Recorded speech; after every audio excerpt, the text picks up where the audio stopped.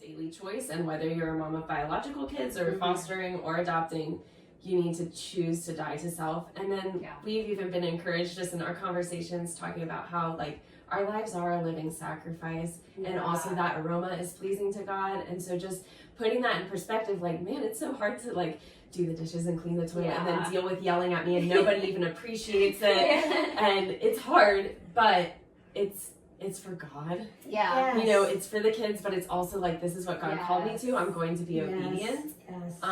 But also encouraging with the community piece, like it's important for you and your spouse to be on the same page. We got to a point where behaviors were so violent with our oldest kid that we didn't think we would be able to keep him in our home. And I've been a special education teacher, so I've taught so many students, dealt with so many behaviors, but this got to the point of like, God, I physically can't keep them safe. I can't do this anymore. I need your help. And my husband and I have been discussing, like, do we have him go to another home and try to keep the younger two?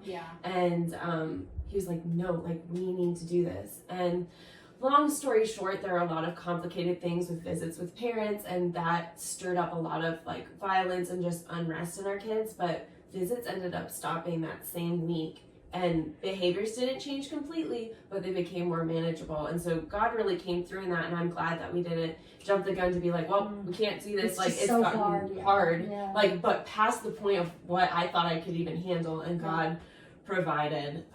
But he provided encouragement for my husband, because if my husband was still in the place that he had been before, like, and wasn't convicted by God and sure that this is what we were supposed to do, like, we would have been done. And he encouraged me in that point, even though I had more of the vision for fostering and adopting, to keep pushing.